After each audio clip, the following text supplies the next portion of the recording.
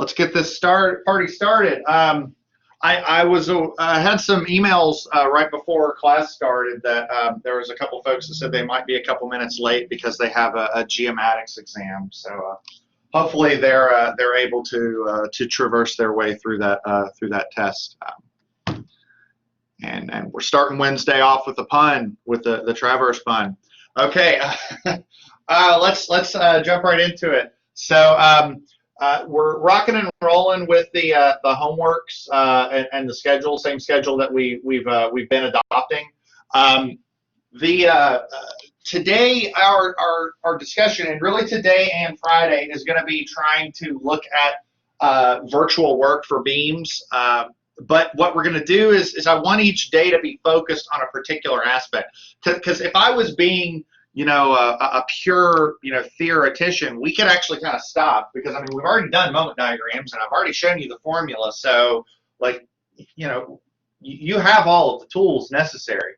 But what I want to do is I want to make sure that you can effectively apply the principles of the principle of virtual work and that method. And in order to do that, I've been teaching this class a long time, and what I found is that there's really two hiccups that students end up having with the principle of virtual work, because I think the idea is really easy, right? Let's recap the idea. You have a beam subjected to some loads, and you want to determine the deflection at a particular point, right? So you're going to do two analyses. You're going to have the loads as they originally sit on the structure, the big M function, and then the little m function is going to be, you take all those loads off and you put a single load on the structure. It has a magnitude of 1. You put it where you want to find the deflection, and you put it in the direction that you assume that deflection is going. And then as long as you have your E values and your I values, you're rocking and rolling. Oh, and don't forget your conversions. For rotations or slopes, that's 144, and then times 180 over pi to get that into degrees. And for deflections, it's 1728. And that's basically it. You just integrate that across the structure. The idea is easy. Sometimes in practice you can get a bit marred up in the details, and there's really 2 points that I think trip everybody up. The first is just the algebra, because I found that we did class on Monday, and one of the things it says warning calculus approaching. I found that I've been teaching this class a long time. The calculus, that's not the hard part. The hard part's the algebra. Setting up the functions and setting up your integrals and doing the bookkeeping, that's the hard part. Actually carrying out the integrals, that's easy. So the first part is just the algebra, and then the second part that I found that students can trip up on is making the problem more difficult. There are strategies that you can use to actually make the problem easier on yourself, and that involves exploiting symmetry and choosing a particular coordinate system. That stuff we're going to do Friday. Today I just want to focus on setting things up, the algebra, setting it up, and some tips and tricks that I found that'll make your life a little easier. But in order to do that, we kind of have to discuss where the problem comes from, and the problem comes from piecewise functions. So I have an image here on the screen of a beam. This is a beam that I would have given you maybe a couple weeks ago and said, draw the shear and moment diagram for this beam. And you have the tools to do that. That's not a problem, okay? But take a look at the beam. Now try and define a function, an m of x function that would fully define the plot of the bending moment diagram that you see right here. Okay? Now here's the thing. You can't do that with a single moment function. It's impossible. Instead, what you need are piecewise functions. You need a bending moment function from A to B, and then another bending moment function from B to C, and then another moment function from C to D. You'll need 3 separate functions to fully define that moment diagram. And so if you need 3 separate functions to define the moment diagram, you might have to perform at least 3 separate integrals. You might even have to do more, because what if your virtual work function, it requires piecewise functions, but they're in different spots. And so how to organize that, how to track that, it's again, the concept isn't hard, it's just the bookkeeping. And so the first thing I want to do is I just want to discuss the concept of a piecewise function and make sure that you all can identify how many functions you would need and how to derive them. Now first off, in general, how would you derive them? In general, you would derive them by, breaking out the secret weapon of structural engineering, the samurai sword, or the lightsaber if you're a sci-fi fan. And so what we would do is cut a section, at some variable distance x, and then we would, look either to the left or to the right. So, for instance, if I was looking here at the cut on the slide, I'd probably cut a section and look to the left. There's a lot less going on the left side of that cut than there is on the right side of the cut. And then what I would do is I would derive, okay, what is the moment as a function of x? Cut a section, look to the left, recognize that distance from A to whatever my section cut is x, and then some moments to get my function. Now, that's good, great, and wonderful, but the question becomes, well, how many different times do I need to do that? If I cut a section from A to B, is anything really going to change? Like, for instance, if I take this image here on the slide, what happens if I took that big orange line, what if I nudged it over to the right by a little bit, maybe like a foot or so? I mean, if I cut a section and look to the left, is it really going to look any different? I mean, if I cut a section and look to the left, all I'm going to deal with is a triangular load looking to the left. Whether that section cut is nudged for a little to the right isn't going to change anything. When is that function going to change? Well, it's going to change whenever that section cut moves past B. In other words, if I'm cutting a section, say, right here, if I cut a section like that, if I cut a section and look to the left, now things get different, okay? Because before, all I was looking at was a triangular load. Now I'm looking at a triangular load. I got a little bit of a distributed load. I've got that BY reaction. So it's a different set of loads when I cut my section past B, okay? And so the question becomes, well, how many different cuts do I need to make? How many different, and as a result, how many different functions am I going to have?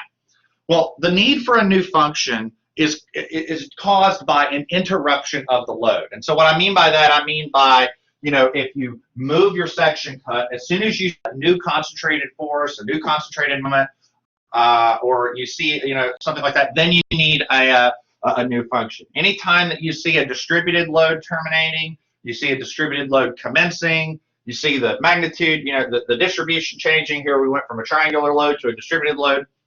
That's when you're going to need a new function.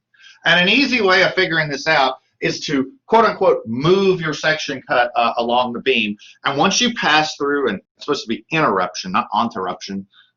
Goodness gracious, that's horrible. So that's supposed to be interruption. So I'll fix that. Once you see an interruption in load, you need a new moment function. So let me sort of walk you through how you would do that. Okay, so here on the board, I've got a couple of examples, and I want to walk through this with everybody because I want to make sure they're clear on this. Okay, so let's take the example here up top. I'm going to walk you through this one. Okay, so I've got a beam. It's very similar to the one that was just in the slide, only just to make things simple, I kept everything as a distributed load instead of that triangular load. Doesn't really matter, just for the purposes of what we're talking about. What I like to do when I'm trying to figure this out is, again, I'm imagining taking that samurai sword or lightsaber and cutting through the beam, but I'm imagining taking that cut and sort of moving it down the beam. And an easy way of doing that is to get yourself out, I don't know, like a book or a notebook, what have you, and imagine we're cutting a section looking to the left, let's say. So I'm going to take sort of this notebook and I'm going to cover up everything to the right. So if I cut a section and look to the left, all I see is what I can see, on this side. So the notebook's kind of obscuring it. And then what I'm going to do is I'm going to take this and I'm going to kind of move it. And I'm going to move it. Now let's say from here to, I don't know, here. Carving the, there you go. That's actually a pretty apt analogy to say you're carving the beam. That's actually pretty good. It's very apropos. Because what I'm doing is, let's say we go from here to, I don't know, here. Now look, if I cut a section look to the left, does anything really look different from here to here? I mean, not really. From here to here, it's still just a cantilevered beam and a distributed load. But what happens when I take that section cut and I move it here? Now things change, because now I've got this reaction that I didn't have before. So one section cut from here to here, that let me get a marker. One section cut, if I cut right here, we'll call this section 1, 1, I can handle all the load from here to here. So whatever moment function I derive will be valid anywhere from x equals 0 to x equals 10. But once I get into this region of the beam, things change because now I've got this reaction to consider. So that means I'm going to have a new section. Maybe we'll call that section 2, 2. And I cut a section and look to the left. Now I've got this reaction, and this section 2 will be valid anywhere from x equals 10 to x equals, what, 35, right? Because this is 25 feet. So this is x equals 0, x equals 10, x equals 35, and that's going to be 8, so x equals 43. And then I say, okay, keep moving it. Okay, so nothing changed, nothing changed, nothing changed, nothing changed, nothing changed. Boom. Now something changes because now I've got this reaction to consider. So for this particular beam, I'm going to have 3 moment functions. I'm going to have an m1 of x, an m2 of x, and an m3 of x. m1 is going to be valid from x equals 0 to x equals 10. m2 is going to be valid from x equals 10 to x equals 25. And then this one's going to be valid from x equals 35 to x equals, what, 3. Okay? So when I evaluate those functions, what I do is I'd list those out, and I'd say, okay, this is 0 to 10, this is 10 to 35, and this is 35 to 43.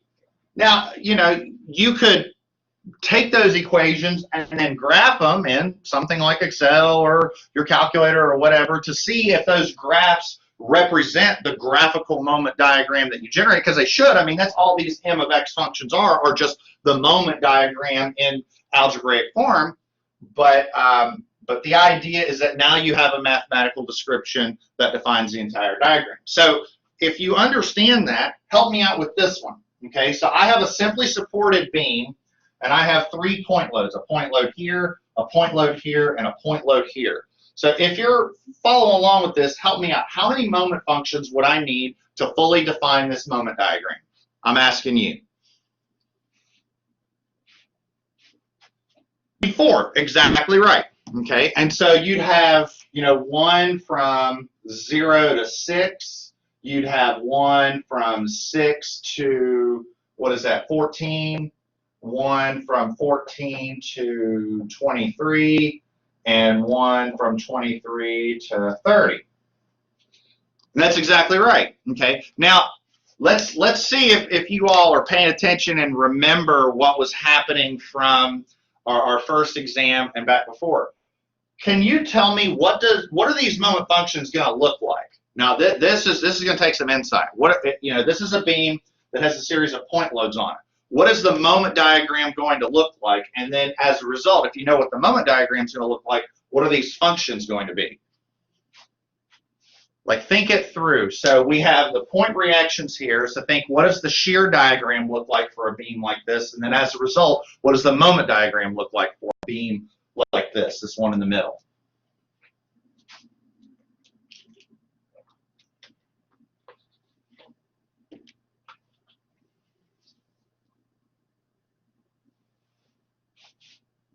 Well, think about it like this. Think about it like this, because if I have a beam with a series of point loads on it, think, how do I draw the shear diagram? I jump up, over, down, over, down, over, down, over, up, right?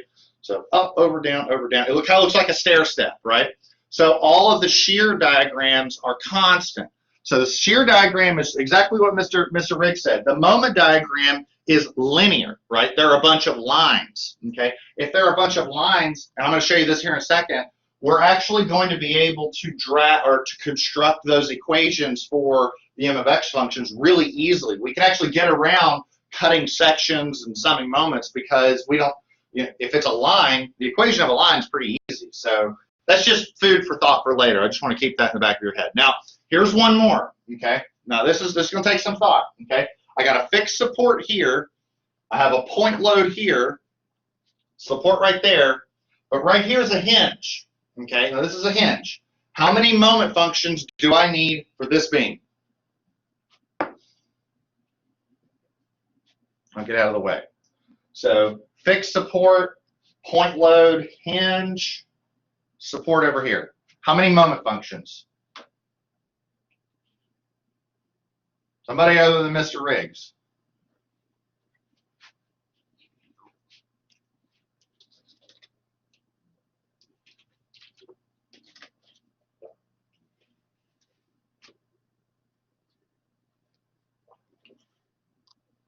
I'll start calling on people.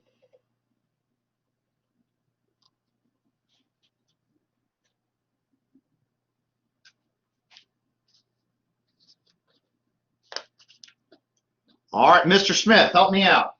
If I have a fixed support here, I got a point load here, a hinge here, support here.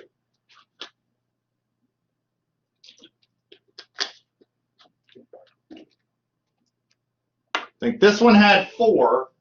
You know, 1, 2, 4, 3. How many is that?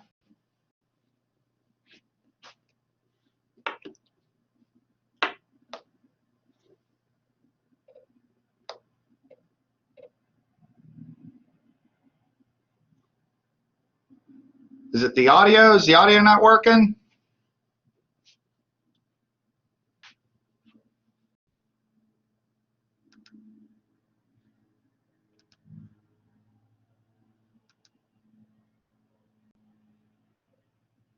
Well, wait. I'm going to wait for somebody to give me an answer on this one.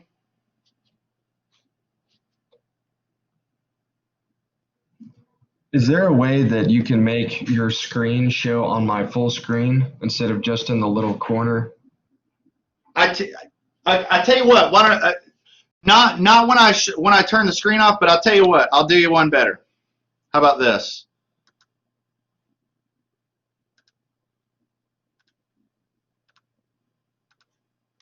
There's a button up in the top right that says switch to speaker mode or something. That should make his screen big whenever it's like that. But what I'll do, just to make it clear, I'll redraw it. So this is the beam. We have a support here. We have that. We have a point load here, and I just made up some values, 12 kips. And then we had a hinge there. And then what was this? This was 9 feet, 10 feet, 10 feet. And, you know, in terms of reactions, we're going to have a reaction there, reaction, reaction. All right, so how many, now let's look at this. How many section cuts am I going to need to fully define that moment diagram?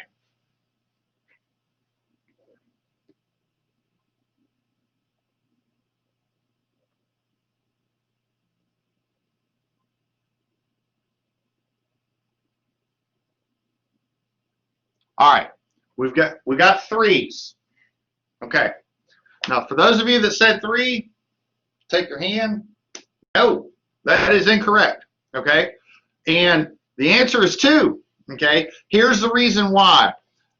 When you cut a section, in order to define your moment function, and to be clear, cutting a section and saying that it's 3 is a very natural first thing to say, because you're thinking, wait, that hinge right there is an interruption. I'm going to have a different function here than I am here. Okay, and while that seems true initially, it's actually not. And the reason why is this: when you cut a section and you define your moment functions, you're summing moments based on the forces. Like, I'm going to sum moments based on this, you know, 12 kip load and these reactions here and that. There's no external forces at the hinge. There's nothing there. All that hinge tells me is that M of X has got to be 0 at the hinge. Okay, so what does the hinge do? Like okay, if it doesn't affect your moment function, what does it do? All the hinge does is tell you that this reaction, and this reaction have to be those magical values such that the moment equals 0 at the hinge. Once you've determined those reactions, there's really nothing else to do with the hinge.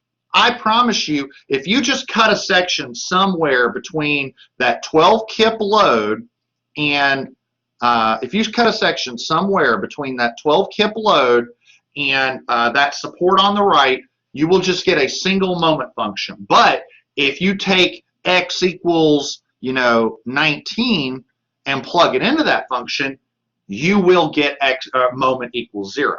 Okay, so I don't want you to think that when you're determining moment functions that an internal hinge does anything. It doesn't. Okay, the reactions have already been computed considering that the moment is 0 at that hinge. So it's a natural thing to select 2, but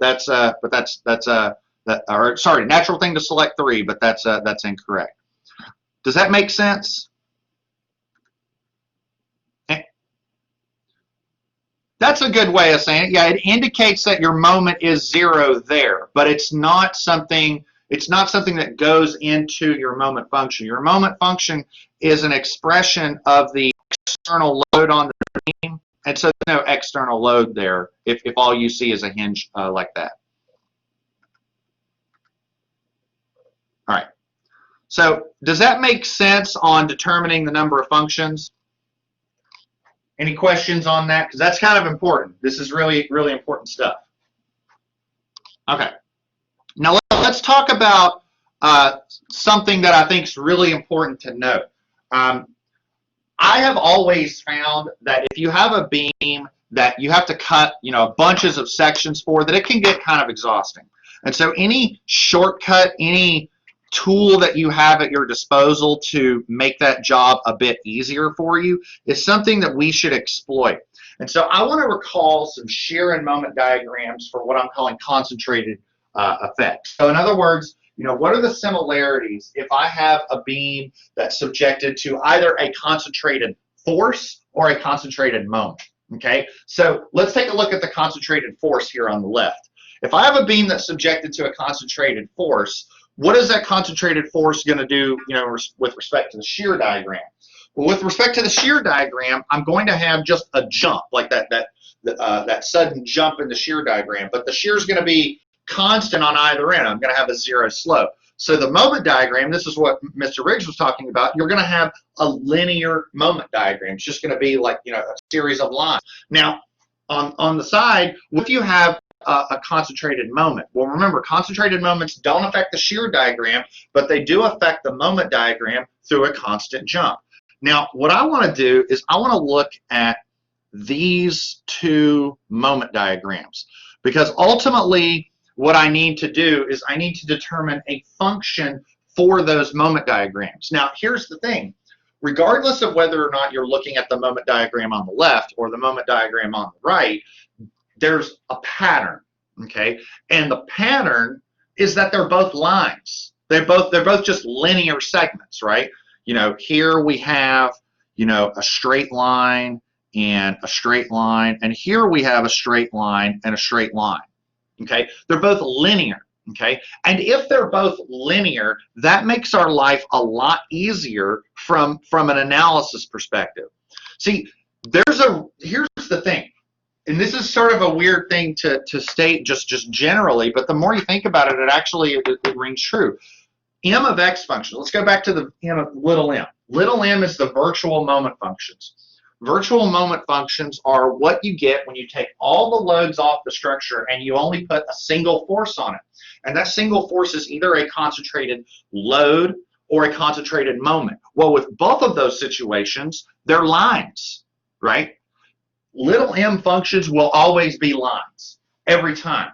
It doesn't matter what type of structure you're looking at, they're always going to be lines. So what that means is there's two ways to derive the moment functions. We can cut a bunch of sections like I was doing here on the board, and that can get kind of tedious, and that can take a long time because you got to cut a section, redraw it, look to the left, look to the right, write your moment equation, check that. That takes a long time. But instead, it's a line, okay? How about this? How about we just look at the equation of a line, right? How do you determine the equation of a line? Like, you need a point and a slope, right? Remember point slope formula, the y minus y1 equals m times x minus x1. I kind of rewrote it a little bit because I don't want to confuse my m's and my slopes. Okay, now how do you determine the slope of a line? Well, the slope of a line is the change in y over the change in x. In this case, we're talking about the change in moment over the change in x. But whoa. Isn't that just the shear? Like, can't we just take the shear diagram? That tells us the slope of the moment diagram. And if we know the slope of the moment diagram, and we just know a point on the moment diagram, well, by golly gosh gee, we already have the equation for moment, and we didn't really have to do any crazy math. So if we graphically construct the virtual shear and moment diagrams, we can really quickly derive all of our functions really easily, okay? Now, here's another thing that's worth mentioning. This observation holds true for any linear portions of moment diagrams. So, for instance, if we were going back to this example here that I had in the middle, the one that Mr. Riggs pointed out that we had 4 different lines, well, again, they're lines. So if I can determine the coordinates of each of those points on the moment diagram, I can write the equation of a line a lot easier, in my opinion, than it is to start cutting sections. I find it to be a lot easier in practice. And in order to explain that point, I want to look at this example. So this example, I want to determine the vertical deflection and rotation at point B using the principle of virtual work. Now, if we don't get to the rotation, like it's possible we don't get to that today, that's fine. You'll see that the point holds true. We're going to determine the vertical deflection and rotation using the principle of virtual work. Now, I've given you the E value, given you the I value, and this is a simply supported beam with a uniformly distributed load. So if you've been paying attention, let's look at this moment diagram. Let's look at the real moment. How many real moment functions am I going to need to fully define that moment diagram?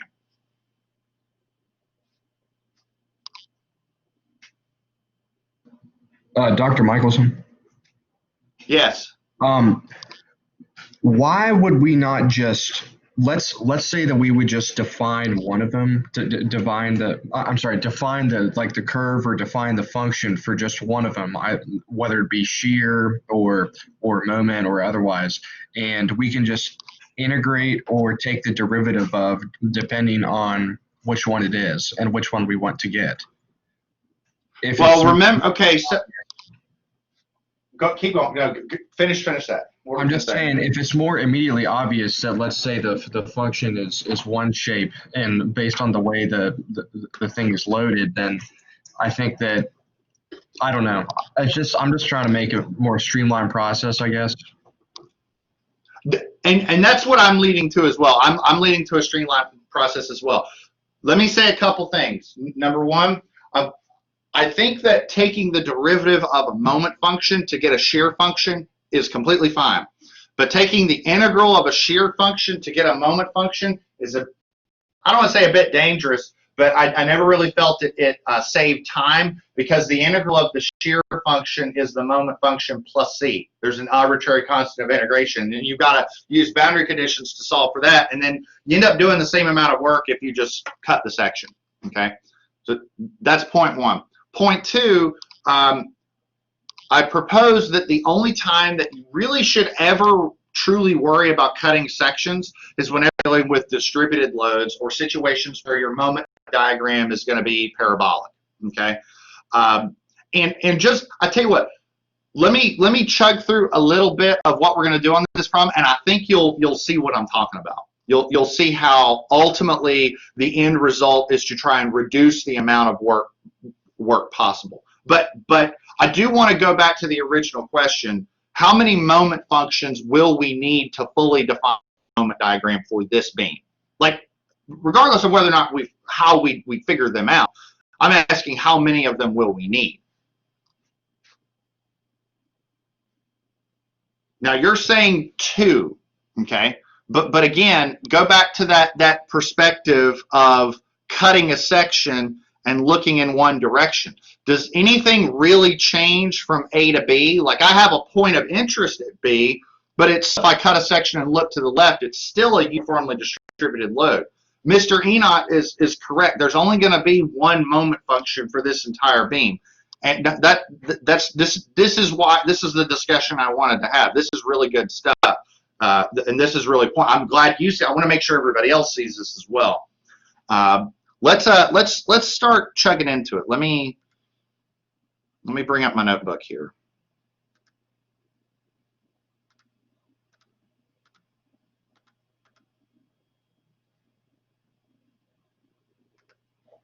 Okay, let me go back to this problem. Okay, So let's start checking some stuff out. Now, first thing I want to do with this problem is I want to look at the real moments.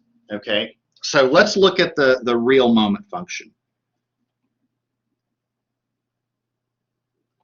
Now, one of the things I did not give you on this problem were the support reactions. But I'm curious, can anybody look at this beam and tell me what the support reactions are?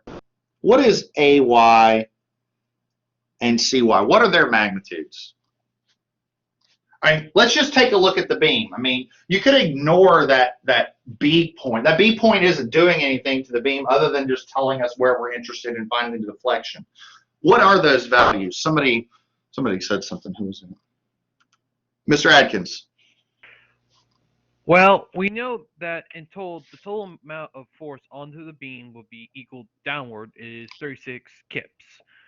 And since we have Exactly right. So we have 2 reaction points. So in theory, the force should be split, so 13-13 between both beams. Well, not 13-13, it'd be 18-18. Oh, but you're exactly right. And it's not. Here's the thing. It's not. You said in theory. It's not. It's not just in theory. It's in practice. So you could sum moments at A and determine the reaction at C. But one of the things that I do want you all to start to recognize is the concept of symmetry. This is a symmetric structure, and if the structure is symmetric, the reactions will be symmetric as well. So AY equals CY. It's going to be 1.2 kips per foot times 30 feet, all divided by 2, as Mr. Enoch said, and that's 18 kips. So that's exactly right. Now, I want to walk through the graphical construction. I'm not going to assign any super major values, super precise values to it. I just want to show you what it looks like, and let's see if the answer that we get makes sense. So this is 18 kips. This is 18 kips. Now, if I were to construct this thing graphically, here's the shear diagram. What would the shear diagram look like? I would jump up, 18. I would go down 1.2 kips per foot, so this would be a linear shear diagram, and I'd go all the way down to minus 18, and then I'd go back up to 0. That's the shear diagram right there in kips. Okay, and if we want to assign some precise values, this beam's 30 foot long, so each of those triangles are 15 foot wide. So 18 times 15 over 2, that area is positive 135. This area is minus 135. And so if we look at our moment diagrams, what do we got? Here's our moment diagram. We're going to go a lot to a little, little to a lot. But in the end, that is still just one parabola. And it's one parabola because the load doesn't change at the midspan. I'm just really bad at drawing parabolas that meet perfectly at the top. And so this is going to be positive 135. So it's a single parabola. So let's game this out. Our moment function is going to be a single parabola, so it should have an x squared term in it, and it's opening downward. So that x squared term should be negative. Okay. Now let's cut a section and see what happens. So I'm going to cut a section, and I'm going to look to the left. For now, and in fact, not just for now, but in general, always look towards the origin. So the way I've got my coordinate system drawn, the origin is at A. Always look towards the origin. Friday, we'll talk about defining our own coordinate systems. All right. So we'll call this section 1-1. Let's look at section 1-1. I just really think it would be easier to think about the loads concentrated or not as functions. I don't understand that comment. Let me draw here. Tell you what. Let me draw this out while I'm drawing this out. If you need to express that, but I don't understand it.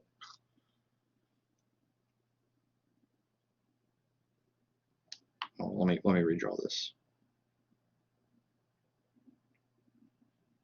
Could you tell me what you mean? Because I don't want to ignore the question. I don't really understand that one comment. After your last explanation, I think you're getting at what I'm trying to say. Like, I think you're going to tell us that that's what we're doing. You kind of are, but yeah. Give me a little rope on or a little slack on figuring out some of the rest part of the example, and I think we might indirectly answer what you're talking about. Now, what I have here is, if I cut a section and I look to the left, this is about what I'm looking at, right? I've got a distributed load that's 1.2 kips per foot that is, X long. So, keep in mind, we can idealize that just like we had before as a single, concentrated load of 1.2x, and then this dimension is x over 2. So just like we've done before, no different, just it's in variable format, okay? If you remember, we had that triangular beam that we did, and we've had a couple problems where we've done this stuff, so this should be pretty familiar at this point. Now, let me sum moments at the cut, and let's see what we get. So let's sum moments at the cut.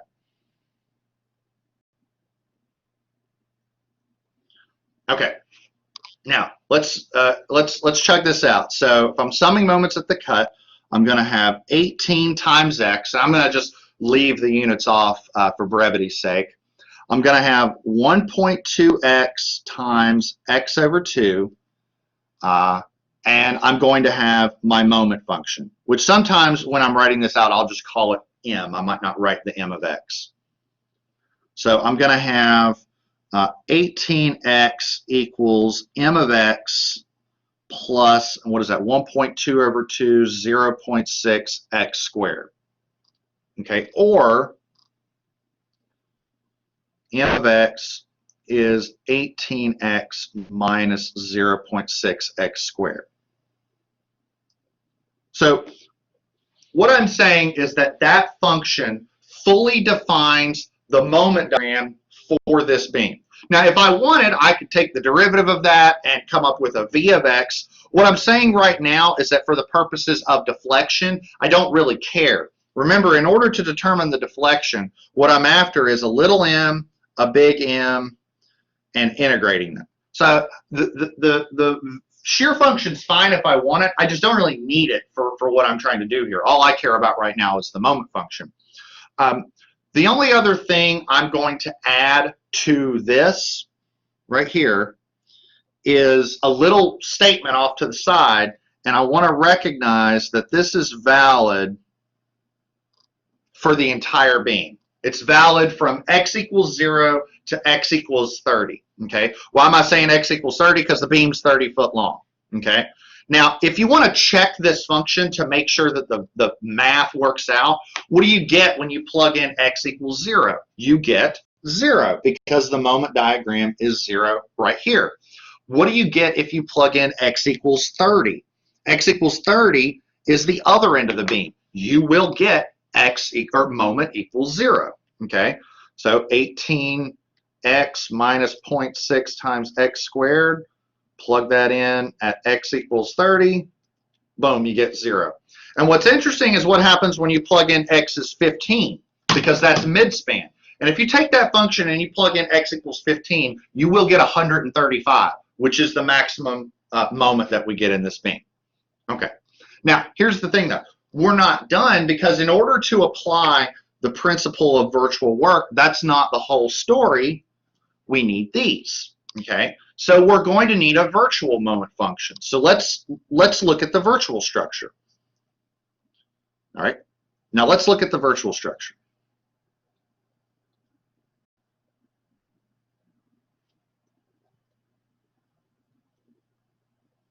Okay. Now here's the virtual structure. Now first off, for now, all we're going to do is focus on vertical displacement at B. No worries. I knew that was going to be a thing today. No worries. I know you had a test you had to traverse. So I told that joke earlier, and I didn't get much of a reaction. I didn't do my error correction on that one. Okay, so here's the virtual structure. Okay, I'm going to have a reaction here and a reaction here. Maybe we'll call it AY and CY, use little letters. And now I need to incorporate that, that coordinate for B. This is point B. This was 20 feet. Now, the virtual structure, what I do, I remove all of the loads from the structure, so none of that distributed load, nothing that was originally on the structure, that's gone. And I'm interested in determining the vertical displacement at B. So if I'm interested in determining the vertical displacement at B, what I'm going to do is I'm going to place a single load, a unit load. Now, if I look at the original beam, if I was a betting man, that beam is going to deflect downwards. So I'm going to take this and draw it downward. Okay. Now what I have to do is I have to do the same thing all over again. Now I need to define little m functions that fully define this moment diagram. So let me walk through this and you'll see what happens. So I'm going to sum moments at A. So I'm going to have 1 times 10 feet, and that's going to equal CY times 30 feet. So 10 feet is CY times 30 feet. So CY is a third up. So this is going to be 1/3. And if that's 1/3, if I sum forces in the Y direction,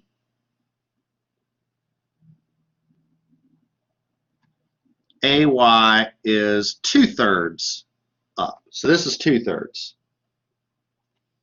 Let me move this over.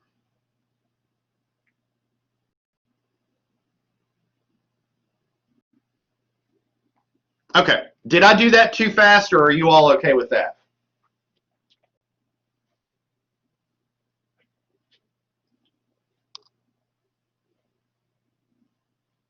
All right.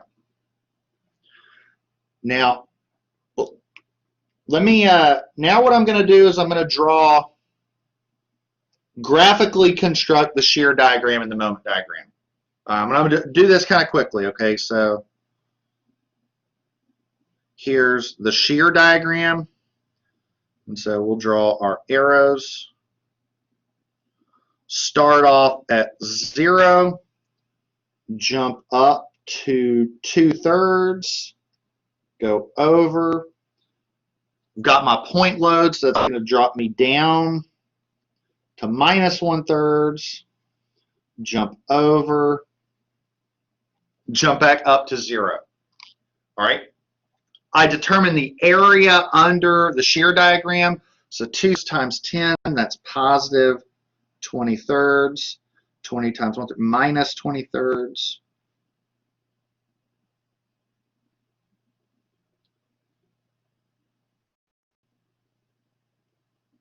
Here's our moment function. Jump up, jump down.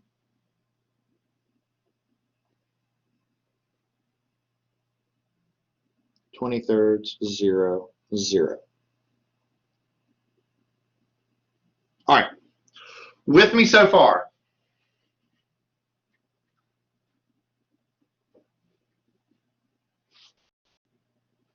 All right.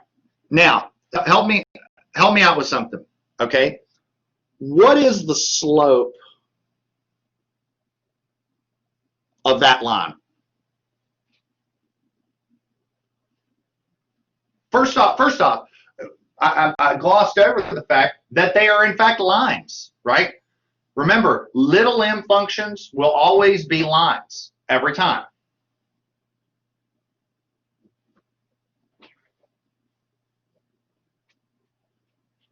And maybe one other thing I did kind of gloss over, my coordinate system. Got to put that coordinate system on there. What's the slope of that line? Well, the slope And is 20. you should not have to do, no, not 20 over 3. The slope of the moment diagram is equal to the value on the shear diagram. Right, 1 over 2/3. 2/3. Now, we're recording. What's the slope of this line?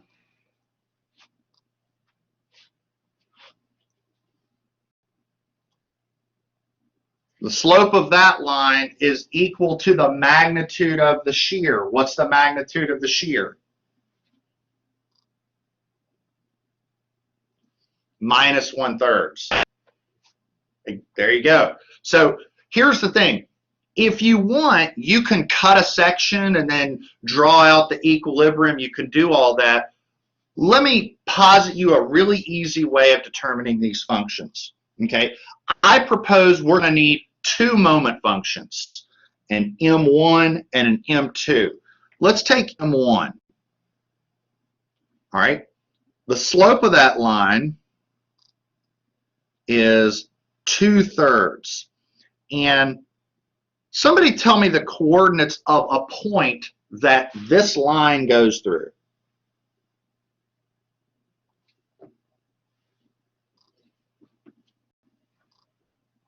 A really easy one. 10 2/3. How about, and that is correct. How about 0 0? Always make it easier on yourself if you can. That point goes through 0, 0. The y-intercept is 0 0. I propose that M1 of x is 2/3 of x.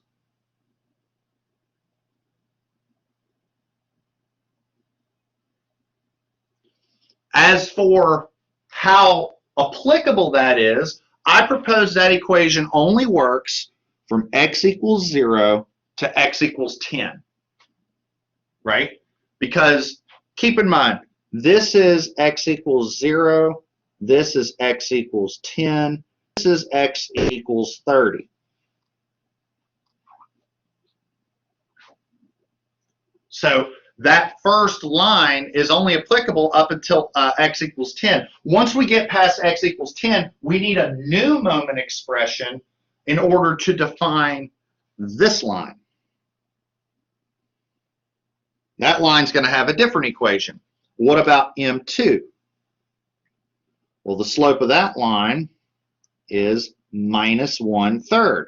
Now, this one isn't as easy as 0 0. But what is a simple point that this line goes through? Which, one thing I do want to mention, the point that Mr. Enoch mentioned, the 10, 20/3, that works for this equation too. But there's another point as well. 0 30. Not 0 30, the other way, 30 0. 30 0. Because yeah, so 30 0, exactly right. So what I can do is I can say well, here, if you're comfortable doing this in like, y minus y1 equals, m times x minus x1, that's fine. Just don't get confused with like your m's. Like we always use m for slope in graphing, and then now m's moment. So y minus 0 equals minus 1/3 x minus 30. So y equals minus 1/3 x plus 10. So M2 is negative 1/3 x plus 10. And then that equation is going to be valid from 10 to 30. All right, whoa, man, we're running out of time. I need to start chugging through this. Okay, real quick, are there any questions behind how I got these? All right, let me real quick show you some. I need to run through this example real quick. So let me, because I wanna chug this out. So let's recap where we're at. So we have an m function, 18x minus 0.6x squared, which is valid from 0 to 30. But then for our little m's, we have m1, which is 2/3 x from 0 to 10, and then m2, which is 10 minus 1/3 of x from 10 to 30. What I'm saying is this. Now don't forget E is, yes, we are. I is 6,000. So what I propose is that in order to determine the deflection at B, what we're going to have to do is we're going to have to integrate from 0 to 10 m1m, and then integrate 10 to 30 m2m. And then we're going to have to multiply the whole thing by, 1 over EI, and then because it's a deflection, 1728. I've got a real quick point I want to make, so I need to show you this real quick. I'm going to just give you the answer, and I'm going to let you all chug this on your own. When you chug this out, you're going to end up getting 0.792 inches. You all ought to try that out on your own. Again, at this point, it's not hard. It's just chugging out an integral. One last point I really want to make, and I know we're running out of time, but I kind of need to do this real quickly, is this point right here on variable cross sections. You can digest this on your own. I know it looks like there's a lot on this slide, but there actually really isn't much. If you followed what we just did, this slide's actually really easy. The only thing that you need to recognize is if you ever have a beam that suddenly gets deeper, which you don't have an example on this on your homework today, so that's not a big deal. But if you do ever have a beam that has a variable cross section, even if the moment functions don't change, you have to split it up into separate integrals because you're not integrating m times big M, you're integrating little m times big M over EI. And so because the EI changes, you actually have to split it up into separate integrals. However, this particular problem and what we talk about on Friday, we're going to make this easier. Well, I know it looks crazy. It's going to get better because of what we do on Friday. And what we do on Friday is going to look at how we can leverage different coordinate systems to make it easier, because it ends up being a lot easier than you would think, because we can actually only do 2 of these integrals and multiply it by 2. That'll become clear on Friday. It is crazy. It's pretty nifty though. All right, we are our good friend Symmetry. That is correct. We are out of time, so I'm going to have to call it. If you all have any questions, let me know. But on Friday, we'll start to discuss symmetry and coordinate systems to make a problem like that a lot shorter. That's all I have, everybody. I will see you all on Friday, and for those of you, best of luck on your exam in a little bit. Have fun with that.